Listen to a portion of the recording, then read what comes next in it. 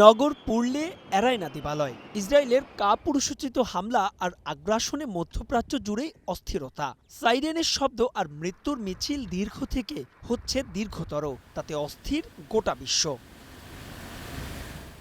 সে আঁচ অনেক আগেই লেগেছে বাংলাদেশে, তবে এবার আঁচটা লাগছে টাইগার ক্রিকেটেও।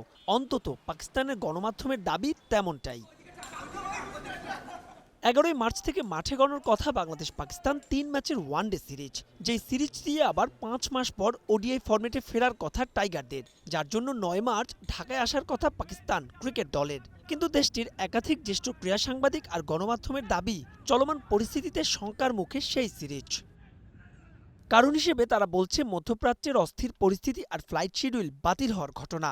সংশ্লিষ্ট সূত্রের মতে বর্তমান পরিস্থিতি যদি ভ্রমণ ঝুঁকি বা নিরাপত্তা উদ্বেগ বাড়িয়ে তোলে, তাতে সফর স্থগিত বা বাতিলও হতে পারে। এ ব্যাপারে সজাগ দৃষ্টি রাখছে পিসিবি।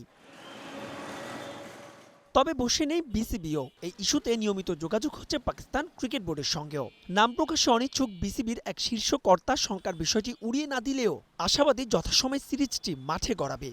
দেখুন, বর্তমান পরিস্থিতিতে সিরিজ নিয়ে কোনো যে শঙ্কা নেই সেটা আমরা বলতে পারবো না। কেউই জানে না পরিস্থিতি কোথায় যাচ্ছে, তবে আমরা নিয়মিত এই ব্যাপারে যোগাযোগ রাখছি। আজ সকালেও পিসিবির সিইওর সঙ্গে আমাদের কথা হয়েছে। আমরা আশাবাদী যথাসময়ে সিরিজটি মাঠে গড়াবে।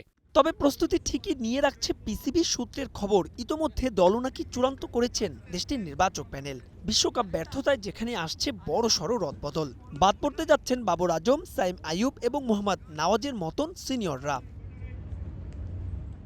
প্রস্তুতি নিচ্ছে বাংলাদেশও। বিসিএল এর ওয়ানডে ফরম্যাটের ফাইনালের পরই শুরু টাইগারদের আনুষ্ঠানিক ক্যাম্প। তবে চলমান পরিস্থিতিতে শেষ পর্যন্ত সবই কি ভেস্তে যাবে, উত্তর জানতে আরও 2-1 দিনের অপেক্ষা।